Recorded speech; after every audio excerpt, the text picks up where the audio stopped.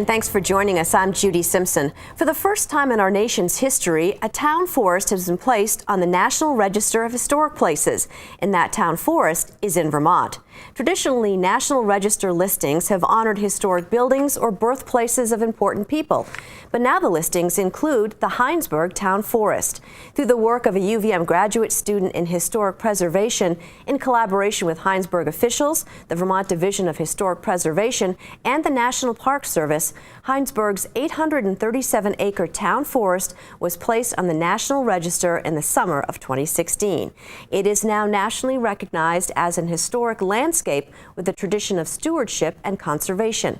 To learn more, our Rebecca Gollin spoke with a UVM graduate student who spearheaded the effort. I'm Sarah Gralty. I'm an architectural historian and a preservation consultant. I live in Portland, Maine now, but I used to live in Burlington. I am a 2007 graduate of the master's program in historic preservation at UVM. What is your history with working with the Heinsberg Forest? So when I was a grad student, when I was at UVM, I knew about the town forest and I loved coming here and hiking and enjoying the place. But it wasn't until I took a class with Bob McCullough at UVM that I learned about the really interesting history of this place. This is a place that has an agricultural history that I'd sort of come across when I was hiking through the paths, and you find the cellar holes and these other cool old remnants of this agricultural past. But I didn't really understand what the history of a town forest was or what municipal forestry was about until that class with Bob. And so I met with the town of Heinsberg, did research, read about the history and context of town forests, learned about forest management. I have a background in art history and architectural history, so learned had to explore some new areas of interest and knowledge. So Sarah, the Heinsberg Town Forest recently received an honor. What was that honor and who made it? Yeah, so this summer, 2016, the town forest was officially listed on the National Register of Historic Places. So working with Bob McCullough, Devin Coleman at the state, I wrote and developed this nomination form, which is then submitted to the state, who then submits it to Washington, to the National Park Service. The National Register is the official list of our nation's places that are considered important for preservation. And I think as of right now, there are over 90,000 official listings on the National Register, all across all 50 states, and all sorts of different types of resources. So the National Park Service makes the final decisions and maintains the National Register. Up until the summer, there were no town forests listed on the National Register. This is the first one to be officially, individually listed on the National Register. What does it mean for a place like this to be listed on the National Register? Listing on the National Register is purely honorific. It's a way to highlight a great place. It doesn't mean that it doesn't sort of put up a velvet rope or mothball this place. I mean, that was so counter to what this place is. This is a living vernacular landscape with one of the most important components that we talked about in the nomination was that this is an actively managed forest. And so it requires current management practices, and there are all these component forest landscapes, stands of different trees and tree types, and interesting examples of different sort of approaches to forest management over many decades. And so, of course, those resources are changing and growing, and that's the nature of this forest. So, by no means does the listing in any way stop the town forest from being this active landscape. It is more just to draw attention to this is a really cool and important place here in Heinsberg. What are some of the things that you like the best about the Heinsberg Town Forest? Oh, it's hard to choose a favorite. I first loved this place because I used to come and walk around with friends, and it's beautiful. And so I would walk and I would look around on the ground and try to find all these old cellar holes, because I thought, oh, that's what makes this place cool. There were all these farms here, and you can kind of find a cellar hole and then know that nearby there's probably a barn footing maybe, and sort of put those pieces together like a history mystery. I think my preservation friends and I love finding those kind of history mysteries. But so if you'd asked me at the beginning of the project, that's what I might have said. But since then, really learning what a town forest is and learning how to sort of apply a reading of a landscape, reading this as it's a cultural landscape, and it's also, it's a forest. And so learning how to read the components of this place as sort of markers of the history of this landscape has been so fascinating to me. To be able to look at a stand of trees and to see that they're all planted really linearly and very, very bound in a really geometric shape, and to compare that to right next door is a totally different type of tree or type of organization of the landscape.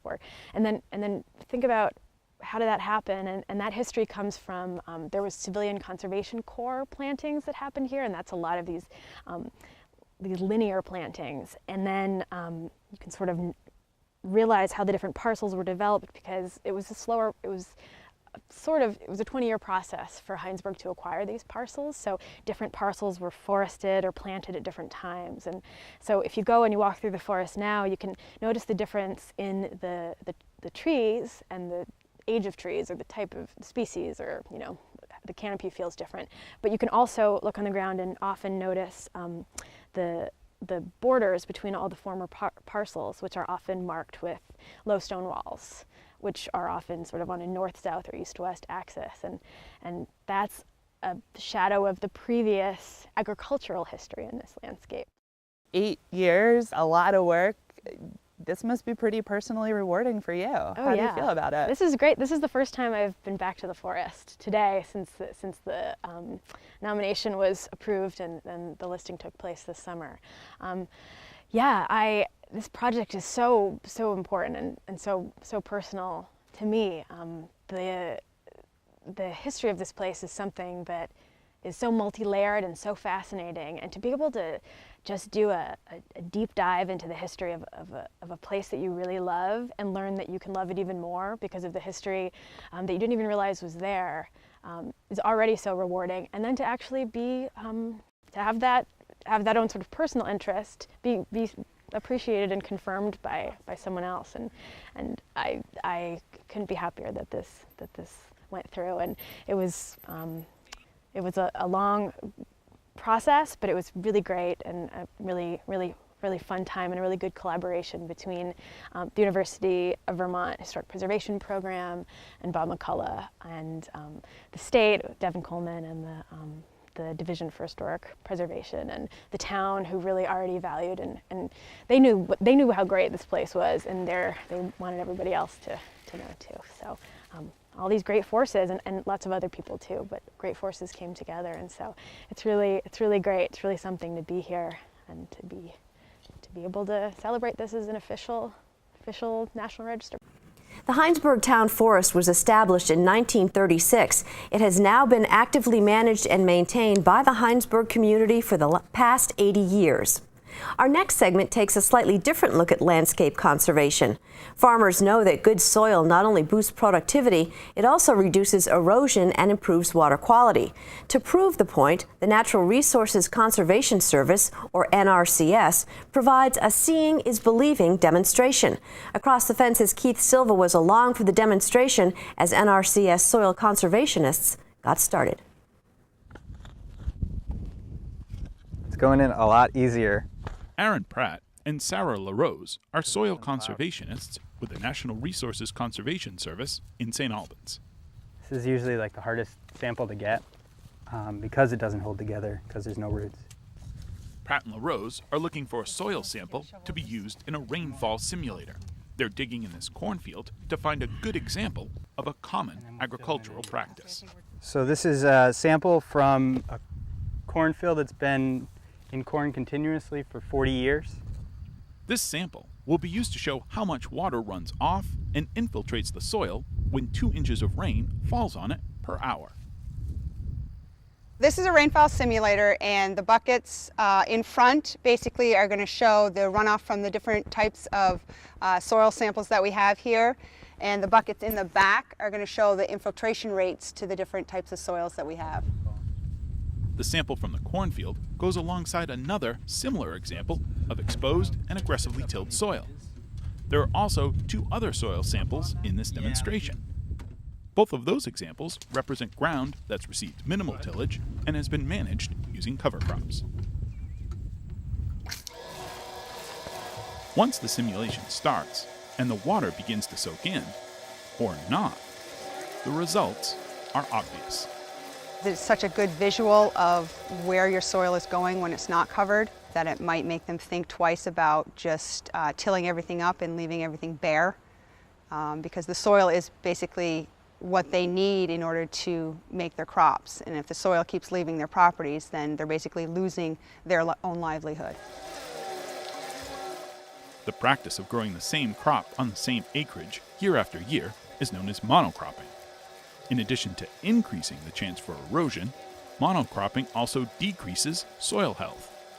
Rotational grazing, growing different crops on the same acreage, increases soil health, promotes biodiversity, and keeps the ground covered to prevent erosion.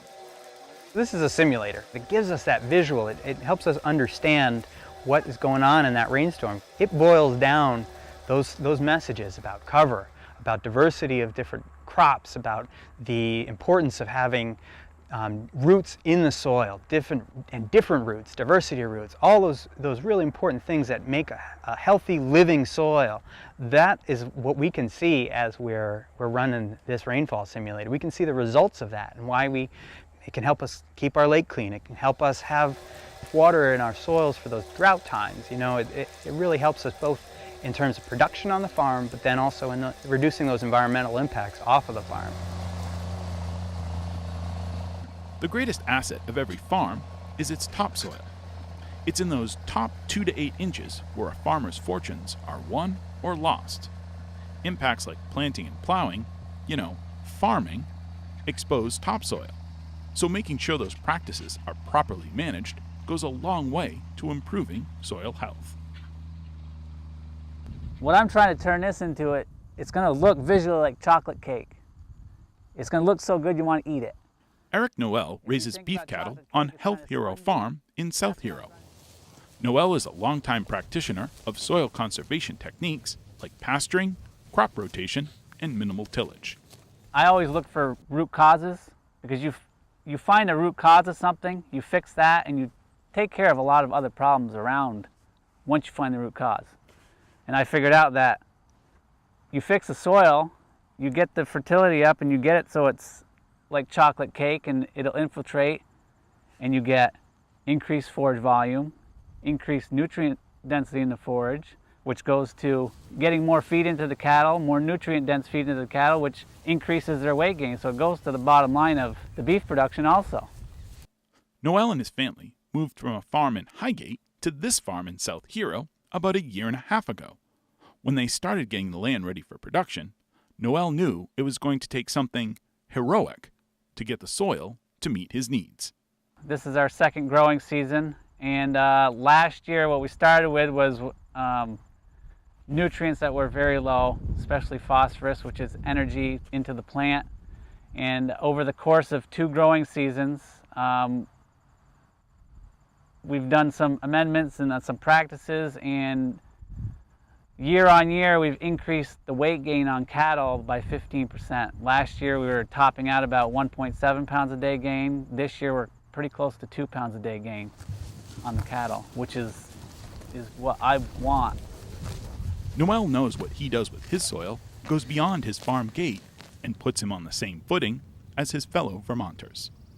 No matter where you are, you're in a watershed, and when the rain falls, it's going to end up someplace.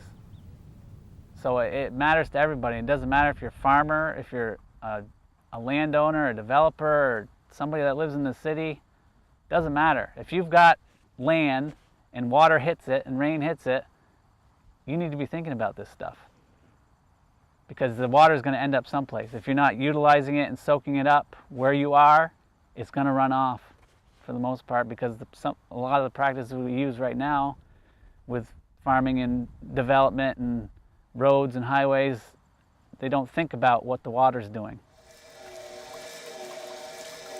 This demonstration proves there's nothing muddy about this debate. There's no way to hide it. There's no way to say, well, that really isn't the issue. It's very clear, or not so clear. When it comes to the conservation of natural resources, everyone is on even ground. In South Hero, I'm Keith Silva with Across the Fence. Thank you, Keith, and thank you for joining us. That's our program for today. I'm Judy Simpson. I'll see you again next time on Across the Fence.